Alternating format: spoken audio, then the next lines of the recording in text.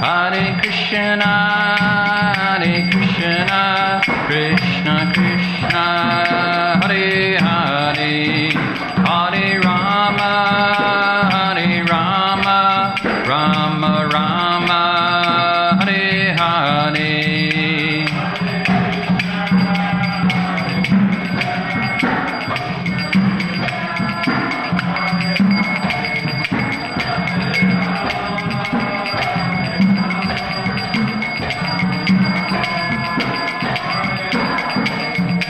Hare Krishna, Krishna Krishna, Hare Hare, Hare Rama, Rama Rama, Hare Hare.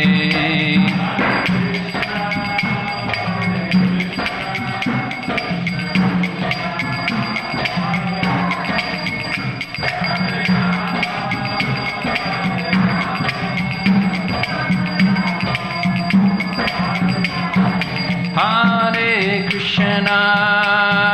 Krishna, Krishna Krishna, Hare Hare, Hare Rama, Rama Rama, Hare Hare.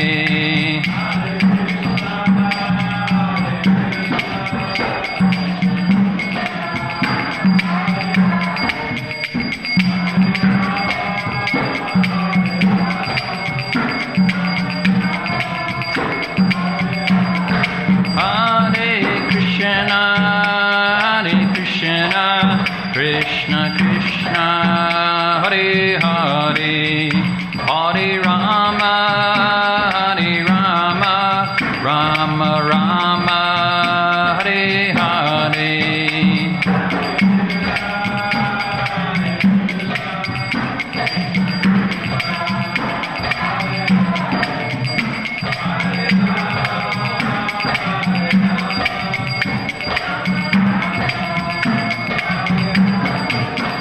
Jaya Radha Govardhana Radha Govardhana Shri Radhe.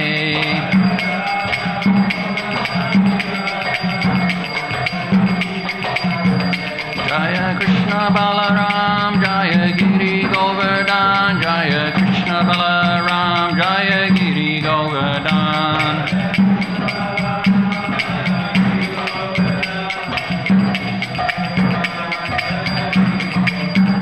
Jaya Gauranitai, Jaya Gauranitai, Jaya Gauranitai, Jaya Gauranitai.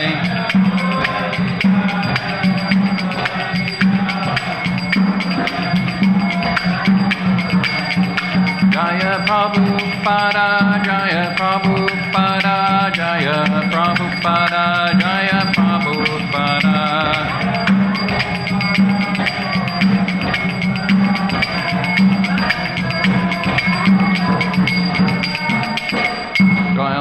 Paramahamsa Parivraj, Jagadashi Srimada's Divine Grace, A.C. Bhaktivedanta, Swami Prabhupada Maharaj Ki. Jai Om Shibhad Paramahamsa Parivraj, Jagadashi Srimad Bhakti Siddhanta Saraswati Goswami Prabhupada Maharaj Ki.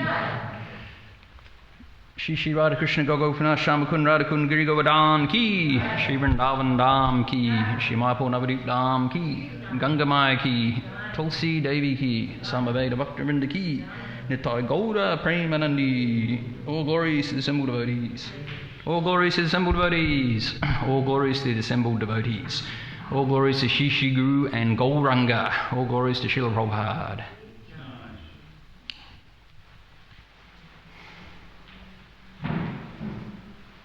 Jai Jai Shri Caitanya Jai Nityananda. Jai Advaita Chandra Jaya Gaura Bhakta Vrinda. Jai Jai Shri Caitanya Jai Nityananda. Jai Advaita Chandra Jaya Gaura Bhakta Vrinda. Jai Jai Shri Caitanya Jai Nityananda. Jai Advaita Chandra Jaya Gaura Bhakta Vrinda. Okay, so we're reading from the Caitanya Caritamrita. We're up to the Adi-lila, chapter 8. We'll do text number 26 today. Is the book around? The book? I don't have the book with the verse.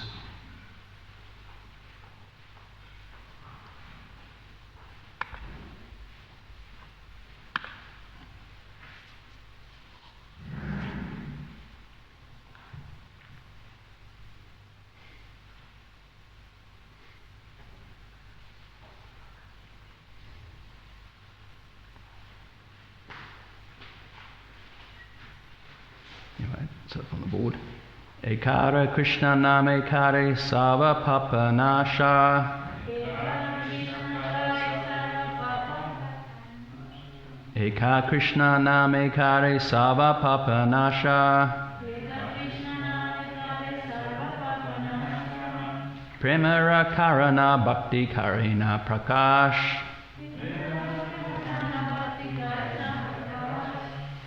Premara Karana Bhakti Karena Prakasha. Eka Krishna Name Kare Sava Papa Nasha. Premara Karana Bhakti Karena Prakasha.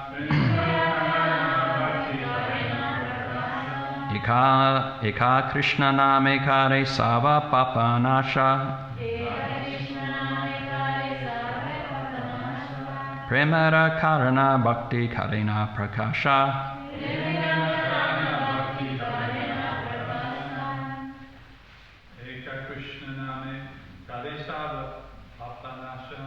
Eka Krishna Name Kare Sava Papa Nasha.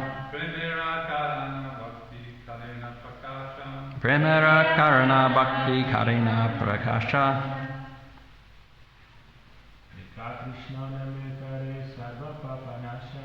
Eka Krishna Name Kare Sava Papa Nasha. Premara Karana Bhakti Karena Prakasha.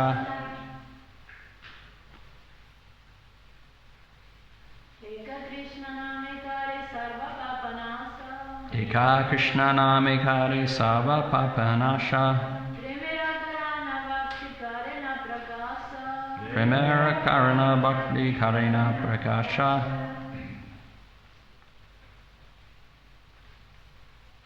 Anyone else want to chant?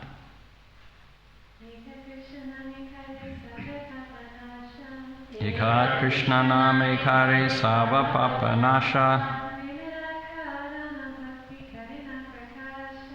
Premara Karana Bhakti Karena Prakasha. How we do the word for word? Eka. One. Krishna Name. By chanting the holy name of Lord Krishna. Kare. Makes. Sava. All. Papa. Sinful life. Nasha. Exhausted. Premara. Of love of Godhead. Karana, cause. Bhakti, devotional service. Karena, becomes. Prakasha, manifest. Translation and purport by His Divine Grace A.C. Bhakti Vedanta Swami Prabhupada. Simply chanting the Hare Krishna Maha Mantra without offences vanquishes all sinful activities. Thus, pure devotional service, which is the cause of love of Godhead, becomes manifest. Purport. One cannot be situated in the devotional service of the Lord unless one is free from sinful life. This is confirmed in the Bhagavad Gita. Isham tu anta gatam papam jananam punya kamanam te dvandva moha nimukta banjate mam drita vrata. Quote, persons who have acted piously in previous lives and in this life, whose sinful actions are completely eradicated and who are freed from the duality of delusion, engage themselves in my service with determination. That's from the Bhagavad Gita, chapter 7, text 28. A person who is already cleansed of all tinges of sinful life engages without deviation or duality of purpose in the transcendental loving service of the Lord. In this age, although people are greatly sinful, simply chanting the Hare Krishna Maha Mantra can relieve them from the reactions of their sins. Eka Krishna Name. Only by chanting Krishna's name is this possible. This is also confirmed in the Srimad Bhagavatam, Caitanya eva Krishnasya. Caitanya Mahaprabhu has also taught us this. While passing on the road, he used to chant, Krishna Krishna Krishna Krishna Krishna Krishna Krishna Hey, Krishna Krishna Krishna Krishna Krishna Krishna Krishna Hey, Krishna Krishna Krishna Krishna Krishna Krishna Raksha Mam, Krishna Krishna Krishna Krishna Krishna Krishna Pahi Mam, Rama Raghava Rama Raghava Rama Raghava Raksha Mam, Krishna Keshava Krishna Keshava Krishna Keshava Pahi Mam. If one always chants the holy name of Krishna, gradually one is freed from all reactions of sinful life, provided he chants offencelessly and does not commit more sinful activities on the strength of chanting the Hare Krishna mantra.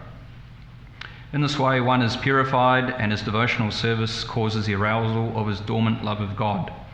Simply by chanting the Hare Krishna mantra and not committing sinful activities and offences, one's life is purified, and thus one comes to the fifth stage of perfection or engagement in loving service of the Lord. Prema Pumato Man. Jai Srila Prabhupada Ki Jai. Om Jnana Chirmanandasya Jananjana Shalakaya Chakshu Amritam Yena Tasmai Shri Gurave Namaha. Jai Shri Krishna Chaitanya Prabhu Nityananda Shri Advaita Gadadha Shri Vasari Gaura Bhakta Vrinda. Hare Krishna Krishna Krishna Hare Hare, Hare Rama Rama Rama Hare Hare. So we're continuing on in this section of the Chaitanya Caritamrita. This chapter 8 is about Krishnadas Kaviraj Goswami explaining how he came to write the Chaitanya Caritamrita. And this particular section is looking at the wonderful mercy of Lord Chaitanya Mahaprabhu, the most magnanimous of all incarnations, who is freely distributing the topmost form of love of Godhead, which no other incarnation has ever done before. So we've been looking in the previous chapters about the results of offensive chanting of the holy names. And we would have read through the things to avoid when chanting the Hare Krishna Maha Mantra, the 10 offences and so forth. And now we're looking at the positive, the results of offenceless chanting of the holy names of Lord Krishna. So we can go a bit further into the purport.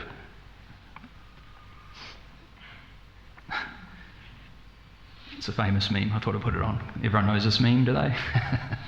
I thought I'd put a Krishna conscious sort of spin on it. So it was interesting how Prabhupada in the purport, he's talking about in that verse from the Bhagavad Gita, chapter 7, text 28, he's talking about the duality of delusion. People who are freed from the duality of delusion engage themselves in my service with determination. So it's interesting that this idea of a duality of delusion, this duality means, according to Prabhupada's purport, he talks about arises from desire and hate. And generally in material consciousness, that's how we're analysing the material world around us. You can see here that the basic thinking is that this is bad for my mind and senses, and this is good for my mind and senses. Desire and hate, I like this, my mind and senses like this, my mind and senses don't like that. So as long as we're basing our existence on identifying with the psychology and the physiology, or identifying with the body and the mind, then that's the consciousness we live in. When we can all check ourselves doing that. I do it myself as well. That we look at situations and analyse them, or a situation is presented to us and we think, oh, my senses and mind don't like that, or my senses and mind do like that. I'll do this, but I won't do that. And of course, in And bhakti yoga, that's there as well, is that the devotee is thinking, yeah, I will do this and engage my mind and senses this way because it's pleasing to Krishna. That's what Lord Caitanya said is the difference between lust and love. Lust is when we're greedy for things for our own personal sense gratification, and love is when we're doing things for Krishna. But sometimes we can even find in devotional service we can carry that mentality with us into our bhakti yoga practices as well. That sometimes a service opportunity may present itself, and then we're analysing it through our mind and senses. No, my mind and senses don't want to do that. No, I'm not going to do that. No, can't do it today, Prabhu, not my service. That joke. How many Hare Krishnas does it take to change a light bulb? You heard that one? Not my service, Prabhu. So we can see that we can carry that into our Krishna consciousness with us. And we want to avoid that as Vaishnavas. We're actually just content and happy with doing whatever service may present itself. And of course, as we progress in bhakti yoga, that we may specialise into a niche area of service, if you want to call it that. But at the same time, we don't want to limit ourselves that that's the only service I do, I don't do anything else. Because we can see in the early days of the movement, that's how there was so much success in pushing forward and expanding Krishna consciousness, because devotees, as Prabhupada said, were just doing the needful, what was required. Giriraj Swami has written a book called I'll Build Your Temple, which is all about the Juhu story, how the Juhu temple was built. And we've been waiting on it for a few months because all the supply chains around the world are all delayed at the moment by several months, unfortunately. So his book should be in Australia, I'm hoping, next week, I'm hoping. That's what I've been told by the freight forwarder. But it's all about the austerities the devotees had to go through to build the temple at Juhu Beach. And Giriraj Maharaj was one of the main devotees who was there at the time. So it gives you a first-hand account of what they had to go through in order to get this temple built. And we'll probably call it Mr. Nair, that was his name, wasn't it? The man who owned the land, and he was causing so many problems for the devotees to acquire the land, and they were living on the property, and they were trying to evict them, and there's all sorts of things that were going on. And there were very unpleasant, austere circumstances there. There were rats, and there was not much sanitation and water, and there were so many problems. But the devotees went through those austerities for the pleasure of Prabhupada and the pleasure of Lord Caitanya.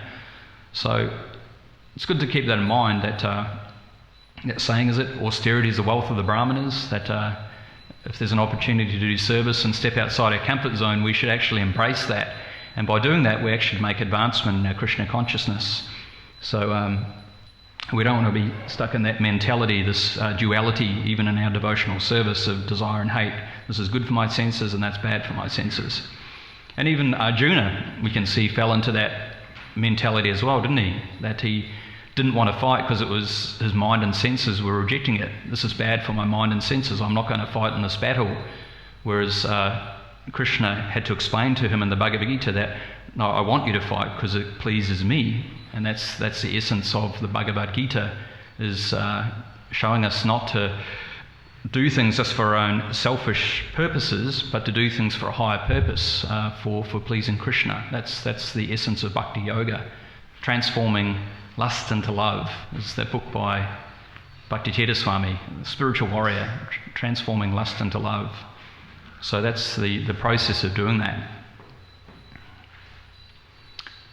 And Krishna explains that, obviously, that's easier said than done. As Krishna explains, Devi, Hishaguna Mai Mama Maya Dharatyuya, that this divine energy of mine, consisting of the three modes of material nature, is very, very difficult to overcome. So the material energy, the illusory energy, is pushing us one way to just enjoy our mind and senses, try and get pleasure in the material world, and at the same time our spiritual side is wanting us to engage in Krishna consciousness. So we can see that the power of Maya can overcome the best of even demigods. That famous story of Lord Indra, who was cursed to take birth as a pig for a period of time, and he was eating stool, and he had a female pig, and he had children and so forth, and he was wallowing in the mud and all the obnoxious things that pigs can do. And when it came time for him to go back to his position as the king of heaven, where all opulences and sense enjoyment and pleasure is there, Indra said no, he didn't want to go. He was quite content and happy in his position as a pig. So that's the power of Maya, is that we enjoy being engaged in gross material pleasures and sense gratification relative to the mind and the body. So we can see this power of Maya, very, very powerful.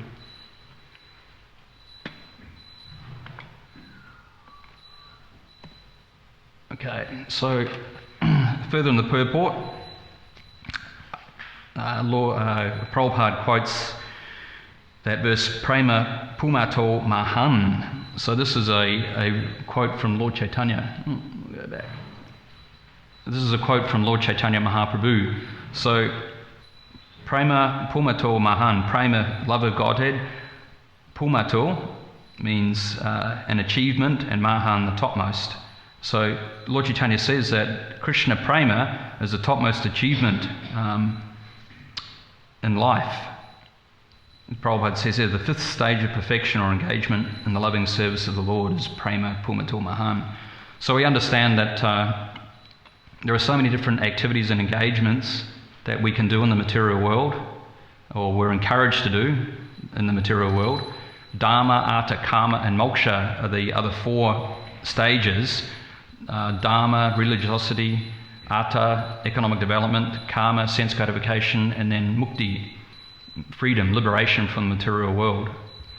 So Prabhupada says that Chaitanya Mahaprabhu preached this philosophy of Prema Pumato Mahan, that if you want success of your life, then try to achieve your lost loving relationship with God. Then your life is successful. If you want to have success, otherwise that is your defeat. That was a lecture he gave in Montreal.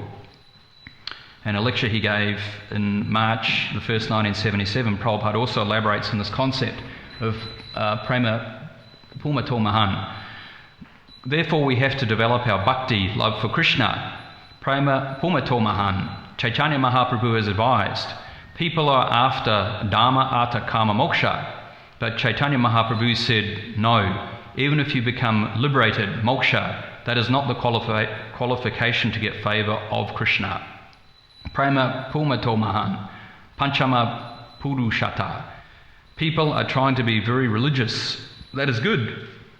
Then economic, Dharma, Artha. Artha means economically very rich, opulent. Then Karma, very expert in sense enjoyment. And then Mukti. This is general demand, but Bhagavat says, no, these things are not qualification. Dharma, Projitako Kaitabotra. Sridhar Swami has said that Mukti is also another cheating. Why Mukti? Krishna does not demand that unless you are mukta, liberated, you cannot serve. No, you can serve in any condition. Ahoitaki apratihata. Not that because first of all we have to become liberated, because as soon as you begin bhakti, you are already liberated. The platform is so great that a bhakta, without any other ultra motive, he's already liberated. So, yeah, interesting point that Prabhupada is making there is that just by engaging in devotional service, you're actually already liberated. And why is that? Is because you're actually situated in your constitutional position. Jivara Sarupari Krishna and Nityadas, that all living entities are eternally servants of Krishna. So that's our Sanatana Dharma. So by doing devotional service, that's actually your natural position where you're supposed to be situated. And it says, ahoitaki apratihata, that by fully engaging in devotional service is the way to become satisfied. Ahoitaki apratihata, free of all jnana and karma, and fully engaged in devotional service is how one becomes fully satisfied. So these dharma, artha, karma, moksha are really quite a distraction in one sense from our constitutional position. As Prabhupada says, we have conditional activities and we also have constitutional activities. So our conditional activities generally are in the realm of dharma, artha and karma, that we all have duties to perform. We all have to engage in some sort of activity, generally to make money so we can have a livelihood, so we can sustain ourselves, pay the bills because they don't stop coming in, unfortunately. Dharma, artha and karma, sense gratification. So, of course, in devotional service, sense gratification is also there, but it's a different quality of sense gratification. Now, generally, the gross materialist is looking for selfish pleasure and satisfaction of the mind and the senses, whereas a devotee's satisfaction is in engaging in devotional service. Now, Prabhupada says actually, or Rupa Goswami explains in the Nectar of Instruction, the loving exchanges that the devotees have, giving gifts, receiving gifts, giving prasad, receiving prasad, revealing one's mind and revealing confidentially, and so forth. So this is actually how a devotee gets their enjoyment and their satisfaction, their sense gratification, is through engaging in those 6 loving exchanges. And Prabhupada says that this is what the ISKCON society was established for, is to facilitate these 6 loving exchanges. Because without love, life gets pretty dry pretty quickly, because everyone's looking for relationship and love and satisfaction, and that's normal, that's natural, but devotees are trying to get that fulfillment through devotional service and the association of devotees. So that's the devotee sense gratification.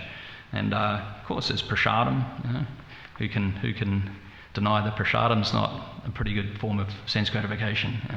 Burpees, everyone's lining up for burpees in the morning from Giriraj. The milk sweets are there in the morning. Krishna's milk sweets, they don't last very long. So this is enjoyment for the devotees, and it's connected with Krishna prasadam.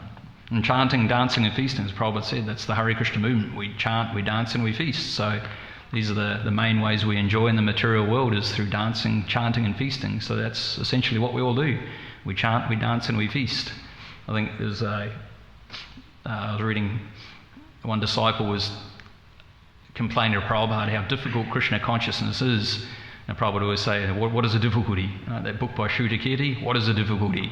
And say, no, we dance and we chant and we feast. And the disciple saying, oh no, but there's so many austerities. And Prabhupada saying, no, we chant, we dance and we feast. That's what we do. What is the difficulty? So usually these things are in our mind, these difficulties. But if we boil it all down, that's what we're doing. We're dancing, we're chanting, we're feasting, and we're reading and discussing some nice philosophy. So it's enjoyable, it's pleasurable. Is it Raja Vidya Rajaguhyam, the king of all knowledge, because it's everlasting and joyfully performed, as Krishna says. It's everlasting and joyfully performed.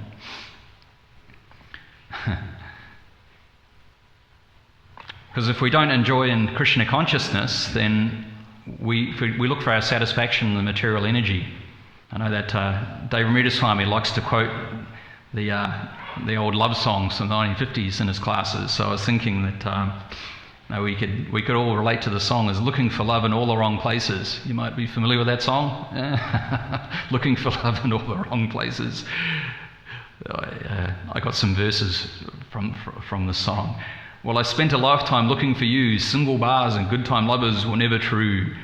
Playing a fool's game, hoping to win, and telling those sweet lies and losing again. I was looking for love in all the wrong places, looking for love in too many faces, searching their eyes, looking for traces of what I'm dreaming of, hoping to find a friend and a lover. Oh, bless the day I discover another heart, looking for love. And it goes on and on. So this is generally the song in the material world, is it? We're looking for love, but in all the wrong places. Because as I said, it's natural to want to find affection and love, but we see in the material world there's so many problems and difficulties and frustration that comes trying to find love in the material world. There was a quote here by Prabhupada. Prabhupada says, everyone, we're attached to the love of this material world, but we are all disappointed. From everyone's experience, you'll find everyone is disappointed, both sides, the lover and the beloved, both sides. You've got very good experience in this country. They marry and again they are divorced because disappointed. So this is going on. Therefore, our love has to be reposed to Krishna. That is the recommendation of Caitanya Mahaprabhu.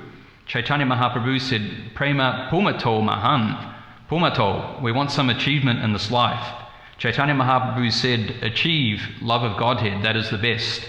Prema Pumato Mahan. So this Krishna consciousness movement is for that purpose. How can we develop our love for Krishna? The love is already there, but it is misplaced. Somebody is loving somebody. Somebody is loving somebody, but it is misplaced. Real love, if it is executed for the service of the Lord, then our life is successful.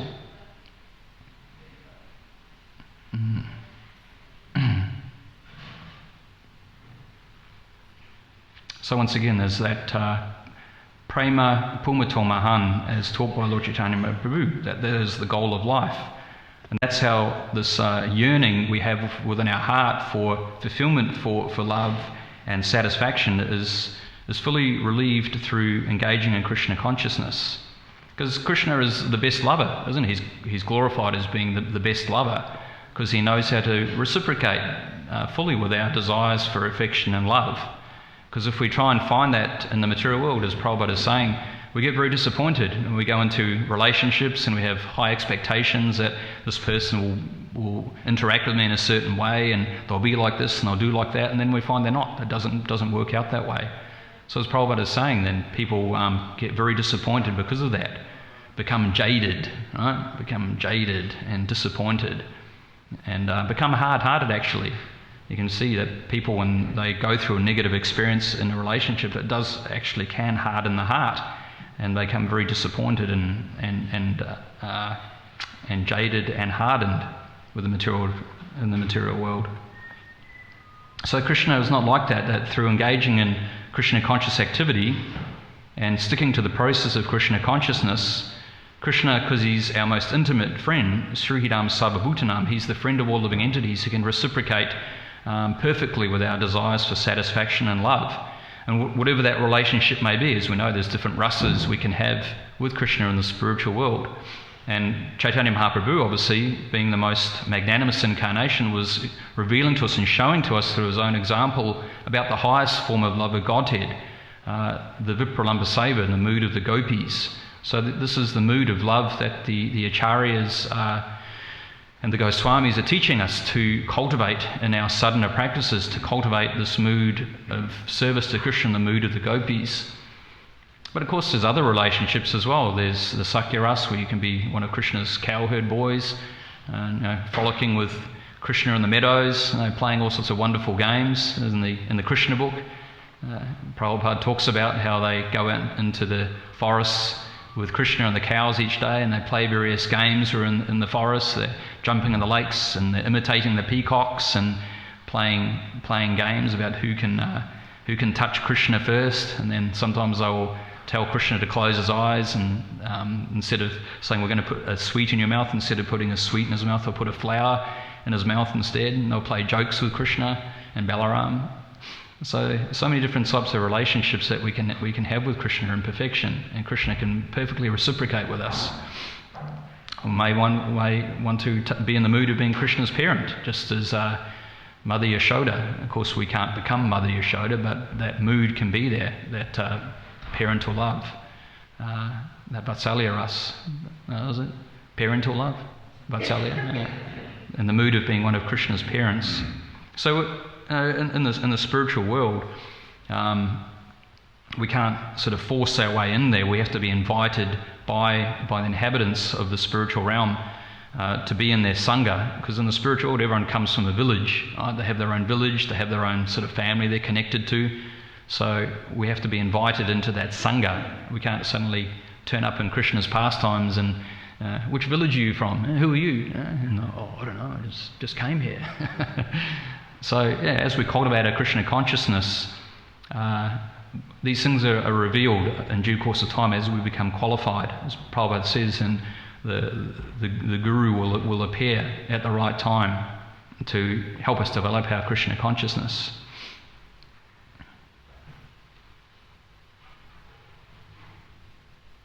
So Prema Pumato Mahan, that this is the ultimate goal of life. And of course there's so many other things presented to us in the material world about what we should be doing with our time, earning money, getting nice things, getting big houses, cars, investment properties and another investment property, and cryptocurrencies and Bitcoin and gold and silver and bank accounts and all these things. But these things have to be there, these things go on, but we have to keep in mind that, as Lord Chaitanya says, there is a fifth element besides Dharma, Artha, Karma and Moksha. There is developing this Krishna Prema. So this is what is forgotten, unfortunately, now. As Prabhupada said, I've come to, when he was asked, when he came to Australia, why have you come to Australia for? And he says, was it Australia or England? And he said, I've come to teach you what you've forgotten. England. So it's probably we've forgotten this. These things have just been forgotten about, unfortunately, and that's why the world is in the situation, the state that it's in. That because everyone's just not even forget Dharma these days. No one's even following Dharma anymore. It's just all about hardcore artha and karma. That's all people are doing is economic development and sense gratification. That's all we're doing. People have forgotten about Dharma and moksha. Well, don't worry about that. Yeah, what is it? YOLO, you only get one life. YOLO, you only get one life, right? That's the amongst the younger generation. YOLO, you only get one life. So enjoy to the max, enjoy your senses, get money and enjoy as much as possible. And of course, no one's happy doing that.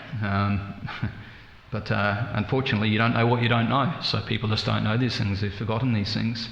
So of course, if we look at Vedic culture, at least there was some concept of Dharma that people understood. There were some responsibilities and duties that everyone had to live by. So the world is a much more peaceful place when people are following basic dharmic duties and responsibilities. And of course, there's Dharma for men, there's Dharma for ladies. Everyone has their own Dharma to follow. And if Dharma is observed nicely in a material sense, then everyone becomes quite peaceful and happy, and the mind is more settled. But when people are, and it is now, that people just think, well, I make up my own rules. I am God, and I'll make up my own rules. I don't need to follow some religious stuff. That's for that worked back then, but we're progressive. We've moved on from that. We don't need these things. We can throw off these dharmic shackles and chains, and we can make up our own rules now. And the rule is that there are no rules. So we can see that the world is in a chaotic state at the moment because of what is going on. And of course, Prabhupada said that's the fault of the leaders, the blind leading the blind. That if the leaders don't have knowledge, then how can they guide people properly? So that's the responsibility of real leadership and politicians, is that they're supposed to guide people in these processes of Dharma, Artha, Karma and Moksha, and ultimately to develop Krishna Bhakti. That's the responsibility. And obviously this duty is not being observed at all, which is why the world is in such the mess that it's in, unfortunately. So Prabhupada said that this Krishna consciousness movement will go down in history as saving humanity in its darkest hour. So we can see that there's a great need for this Krishna conscious knowledge to be spread one way or another, and we all have that responsibility. As Lord Chaitanya says, that wherever you go, whoever you meet, tell them about Krishna. So we have that obligation, that duty to Lord Chaitanya Mahaprabhu to do that in whatever capacity we have, whether it's giving people a book, of course, is obviously the best way, is give people some book to read, or give some prasadam, or we can go out and Harinam and show by example the Harinam Sankirtan Yagya. So all of us are always out and about in our daily lives and meeting people, so there's so many opportunities that we have to meet people and tell them about Krishna. It's like when I have to go down to Sydney to the BBT warehouse, there's always tradesmen coming and going all the time to the warehouse to fix things and paint things and dropping things off. So there's so many times I've had the opportunity, people ask questions, oh, what is this warehouse? So what do you do? And I say, well, we're a book publishing company. We supply all the Hare Krishna literature around Australia and New Zealand. And then a lot of them say, oh, what's that? I've never heard of it before. It shows where things are at. I've never heard of that before. What's that about? So it's a great opportunity to introduce people to Srila Prabhupada and Srila Prabhupada's books and Krishna conscious philosophy. So great opportunities are out there. Especially with people saying, I've never heard of Hare Krishna before, or I haven't seen you guys for years. You get that quite a bit. I haven't seen you guys for years. Used to see you on the streets all the time. Where have you been? You know? So lots of opportunities there to spread this Sanatana Dharma. And as Prabhupada said, made it quite clear that if you want to please me, then distribute my books. So if we're ever at a loss of or feeling flat in our spiritual life and the material energy is starting to look nice again, then it's a good opportunity to take shelter of Prabhupada's books and distribute them. And as Prabhupada said, if you want to please me, then distribute my books. So these are some nice meditations. On to the next slide. It's a long way to the top if you want prema for the soul. The Aussies might get that. So developing this prema, as Lord Chaitanya was talking about, this prema pumata mahan, this ultimate goal of life, that Rupa Goswami talks about this in his Nectar of Devotion, about the process for cultivating this prema. Because there's a process, it's a science, it's not just a sentimental belief thing, but there is a scientific process of how to develop this prema bhakti. So Rupa Goswami points out it begins with shraddha, just having some basic faith. So everyone has some basic faith that, you know, there could be something out there, and maybe there is more to life than what I'm seeing with my eyes, or, you know, well, sometimes everyone thinks like that or it crosses their mind, so there is some degree of questioning there. So from that shraddha has to become sadhu sangha, where there's the association with the Vaishnavas, and that's actually when devotional life, spiritual life really begins, when we come into the sangha, or the association of devotees, or the sadhus. And so through that sangha we engage in bhajana kriya, devotional services, shravanam, kirtanam, vishnu smaranam, hearing, chanting, remembering and so forth. And through the process of devotional service we start purifying ourselves of these anartas, these unwanted things within our heart. Karma, lust, anger, illusion, envy, fear and greed. Karma, krodha, madha, moha, bhaya, matsarya. Lust, anger, illusion, envy, fear and greed. So this process of Krishna consciousness, as Lord Chaitanya says, chaito dharpana marjanam, it cleanses the heart of all the unwanted dust that's accumulated for so many lifetimes. Yeah, so for so many lifetimes we've been cultivating these material qualities, lust, anger, illusion, envy, fear and greed. So the process of bhakti yoga is cleansing the heart of these, what are called anartas, or these unwanted things. So the further we engage in anarta nivritti, we become purified of these material desires. As duality we'll talk about, and we get purified of this desire and this hate and identification with the self as the physiology and the psychology. We become nishta, steady in our devotional service, and then a taste comes for chanting the holy names and performing devotional service, and then a sakti, this attachment develops, very deep attachment for engaging in service and serving the Vaishnavas. And then comes the bhava, which is a preliminary stage of prem, and then prem, pure love for God, develops. And anyabalashitashanyam gana kamadiki anavratam anukulena krishna ushilanam bhakta uttamam, as Rupa Goswami explains, that pure bhakti has to be freed from jnana, speculation and karma. No mishra, no mixed, no jnana, speculation and karma. Desire to enjoy the fruits of our activities is there, and it has to be done favourably towards Krishna. So this is what the Bhakti Shastri books are about. Nectar of Devotion, Nectar of Instruction are showing this process from Shraddha to Prem. And it is a gradual process. I mean, it's not that we suddenly take up the beads and chant Hare Krishna and we're all pure devotees. I know that David Maharaj makes that point, that when we come to Krishna consciousness and we come into the Sangha of devotees, we look at everyone and think, oh, they're all pure devotees. Look at them, they're all, and of course they are. They're all, as I said, they're all engaged in devotional service. And we see them with those in that way, that, oh, they're saintly people and they're angels descended from heaven. But after time, we may become over-familiar and sometimes get a bit critical towards devotees.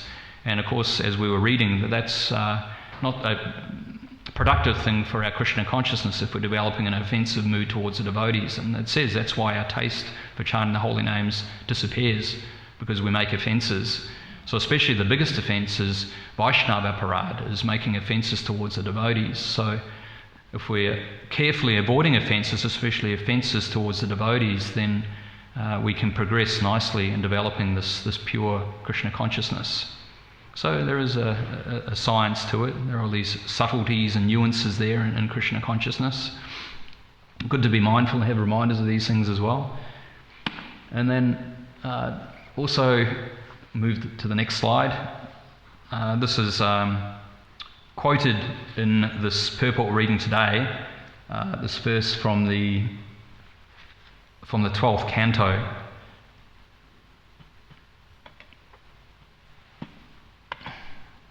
The famous verse, Kale dosha nidhi rajan asti hyeko maha anguna Caitanya eva krishnasya mukta sangha param bhajet.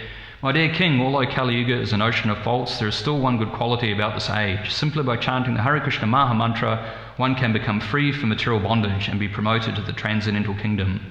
And in the purport, it's mentioned, even though after mentioning the innumerable faults of this age of Kali, Shukadeva Goswami now mentions its one brilliant aspect, Just as one powerful king can kill innumerable thieves, one brilliant spiritual quality can destroy all the contamination of this age. It's impossible to overestimate the importance of chanting Hare Krishna, Krishna Krishna, Hare Hare, Hare Rama, Rama Rama, Hare Hare, especially in this fallen age. So this is the mercy of Lord Chaitanya Mahaprabhu, is that he's made the process of self-realization very easy in this age of Kali Yuga. That simply through chanting the holy names of Krishna, we can attain this Krishna prema, this perfection of life. So we're very fortunate in one sense, even though it's the most difficult of all the ages, that Lord Chaitanya Mahaprabhu has made it very easy and simple to progress in developing our spiritual life through chanting the holy names and the association of the Vaishnavas. So anyway, it's 8:30. I was going to read some other verses about the glories of the holy name, but it's probably getting a bit late and we're supposed to stop at 8:30. So I don't know if anybody had any questions, or Mandakini Mataji. You're on the radio. I've got a big voice. No, you're on the radio. I project. Can you reach down? Oh, no, I don't think so. Thank you for the Hare Krishna. In the beginning of the lecture, you mentioned full devotional service. I think it was one of the verses you quoted.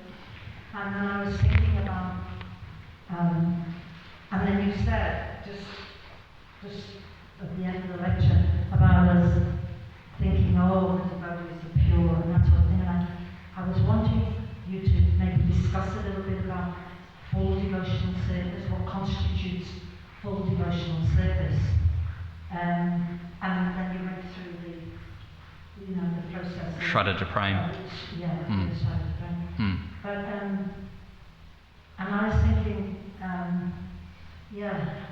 full devotional service, but may not necessarily be engaged at every moment of the day in devotional service, but we can always be thinking about Krishna. Oh, that's service as well. And that's service. Yeah, of course. Yeah, that's the service, isn't it? Yeah. So this was the questions and answers as you were speaking that was reverberating through my mind. And I thought, pure, full devotional service is when you have no desire except Krishna's pleasure, which made me think of the three modes of material nature, that we can perform devotional service and it's in ignorance. Am I right? It talks about that in the 3rd or 4th canto about devotional service under the modes of nature. Yeah. In ignorance, it can be very begrudgingly, very sloppily, not in a very nice, refined way. And the mode of passion can be, look at me, everybody, I'm so important. Pratista, profit, adoration, and distinction. And then again, you get to goodness where it's dutiful. I want to be dutiful, I want to do the right thing. I know that this is pleasing to Krishna, I want to do it. And then your full devotional service, which you mentioned, I was thinking that would have to be, I don't care what happens to me, what anyone thinks of me, and I just want to please Krishna as much as I can. So that's just, that was very nice. The class, how it went through those stepping stones for me. But I have to say this, that when you talk about criticizing devotees, and I've always got something to say about this, that can also be a little bit in the modes. Because sometimes it's a gagging thing, you don't ever say anything about anybody.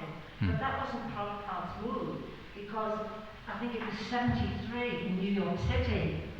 The temple president and his wife were doing something, and I'm not going to say what it was, they were just doing something that wasn't kosher, and nobody would say anything about it, but Prabhupada calmed down. And then, because everyone was afraid, I've got to be gagged, I can't say anything, because he's the temple president and that's his wife. And Prabhupada said, he chastised everyone, said, someone should have spoke up, especially the senior men. So he did advocate that the senior person. And so sometimes devotees get a bit confused about this, that I can't say anything, but I feel this isn't right, I need to talk to someone about it. But is it coming from concern? Is it coming from trying to be better than somebody else? Or is it, envy? So we have to consider all of these things, not just carte blanche, black and white. Anyway, I just thought you might want to just... Yeah, well, of course we have to take in consideration, as Prabhupada said there, that the senior people should have spoken up. So yeah, I guess we have a culture in Krishna consciousness where, if you may see something which is construed as being off, then there have to be the right channels of making sure that is communicated in the right cultured way. So generally best if one's a junior, a devotee, or a new devotee. It's obviously a little bit off if they're approaching someone who's a senior and then criticising and trying to correct them. That's not really the right way it's done. So it has to be done in a nice way. And I agree that if something is off, it needs to be corrected and something has to be said, but in a nice way, in a cultured way, in a refined way. Yeah. So it's there. You can't say, "Oh, I don't like this. This feels very uncomfortable for me." You can't say that. It's just a motivation. But it worries me sometimes when I hear devotees that zip it. You don't say anything about anything because that's offensive for them. Yeah, I think there's a difference between being offensive and pointing something out. They're two different things. It's also because if no one says anything, how can you develop, if you've got an anatta, because we can't see our anattas, right? We can't even see them. We all think, "Oh, what's wrong with me? Everyone else has got the problem, I'm great." So sometimes, if we aren't getting corrected, then how can we actually get over an anatta if it's not being pointed out to us? And of course we're not all trying to fault find and like that, but sometimes it can be a healthy thing, because that's what it means to be in association with a sadhu. As a sadhu means someone who can cut away at someone's anattas or attachments. So sometimes that's a beneficial thing, that we have to be introspective, because we said there's things about us we can't see about ourselves. So sometimes that's required to have it pointed out so we can develop and get over their anatta and advance and progress in our Krishna consciousness. Yeah. Thank you for that clarification. That just broadens it and clarifies it a bit more. Yeah, offences and constructive criticism, you could call it, are two different things. Yeah, two different things. I was going to say the constructive criticism, that's how Srimad Bhagavatam. Right. It's for the benefit of everyone. And I agree with what you said, Prabhu, that we have to walk in proper channels. We're dealing with someone who's more senior, and we can approach another senior person and give advice. And Srila Prabhupada was teaching, we should see things through the eyes of the scripture, sadhu, guru, shastra, and see that light. Of course, constructive criticism has a purpose, compassionate based, so we want to help our brothers and our sisters, and also just simply pleasing Srila Prabhupada and Krishna. We want to do the right thing, and obviously we wishing well for everyone, for the temple community, the mission of Srila Prabhupada. So naturally there will be opinions and criticism. I would call in a respectful manner, for the benefit of everyone, not out of envy or jealousy or fault finding. That's a very dangerous one, because that's not a rational approach. But for the benefit of everyone, we correct each other. Otherwise, if we don't, then that means we're compromising more ignorance or more passion. We're not compromising. We have to actually be bold and honest and straightforward, no duplicity. We tell each other, "Prabhu, this is not the right thing to do."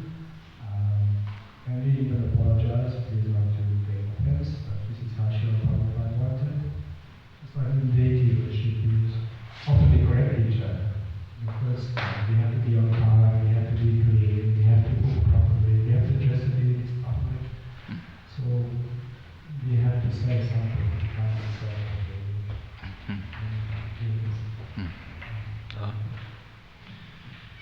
Shall we finish?